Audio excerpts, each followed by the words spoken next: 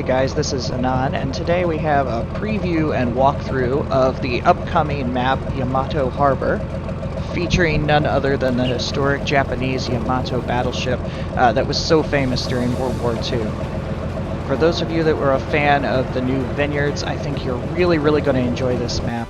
It's in that same vein of the newer maps they're putting out that feel really large and are extremely dynamic. There's so much going on this map that we're just going to go ahead and jump into it because there's just so much to talk about. So the map is really split into two halves, and in those halves there are lanes kind of separating everything. So here on this eastern side of the map is kind of a large hilly region.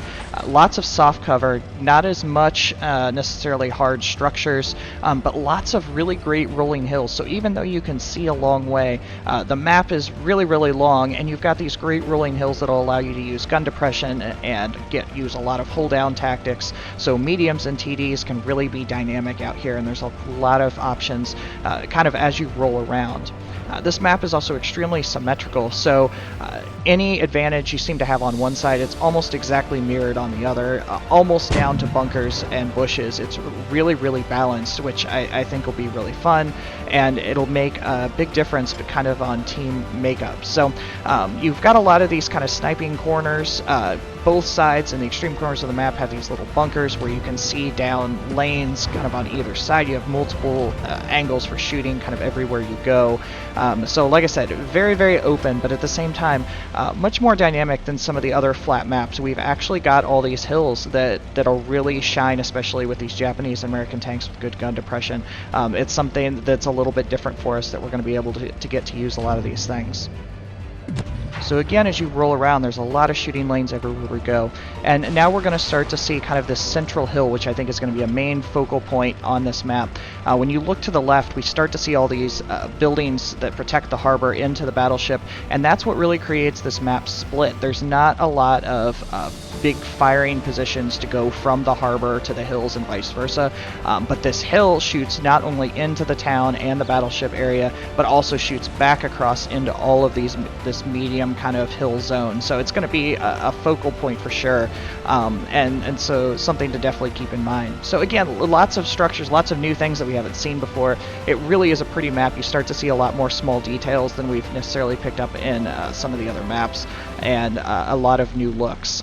Again, here the symmetrical sniping positions, and these are really important because it covers that central hill, and lots of good cover for bushes. It's just going to be a really good dynamic map for sure.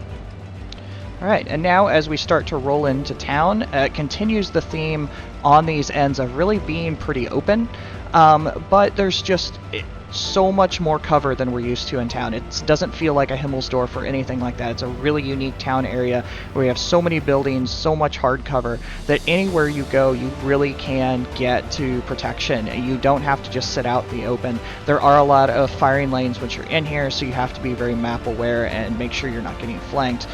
But it's a very good town. In my opinion, it's the best and most viable town area of any of the maps that we've run into so far. And because of that, I think it's going to make for some different gameplay. You almost will have to split up your team.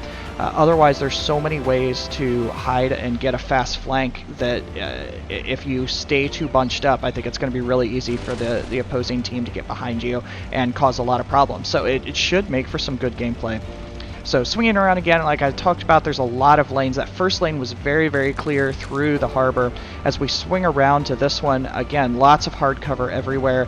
But now we actually start to approach the Yamato, and probably the coolest feature of this map is you actually get to drive straight up on the deck. It's incredibly cool. It's obviously open, so I don't know how viable it's going to be, but it's still a really cool thing. The bow is pretty awesome too, because you can roll right up here, and it actually has a nice curve to it, so maybe for late game play or trying to protect the cap, you can actually come down and get in hold down places where if you're shooting out into the hills, you're gonna be protected all but your turret. So it's just stuff that's really cool.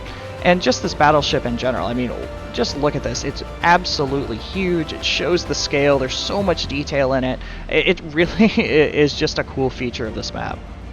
Okay, so continuing on through the harbor, and you start to see on my left here a little bit that even though we're on this flat harbor area, it actually changes elevation. There's these slight hills that roll up, and again, it just changes that town gameplay completely. It gives you so much more ability to protect your tank, be hull down, and really move around a lot. So I think that's a really cool feature, that even though it's a slight grade change, it's not just one big flat open area. There's just so much going on here that it's going to take everyone a while to kind of figure out the best kind of key spots.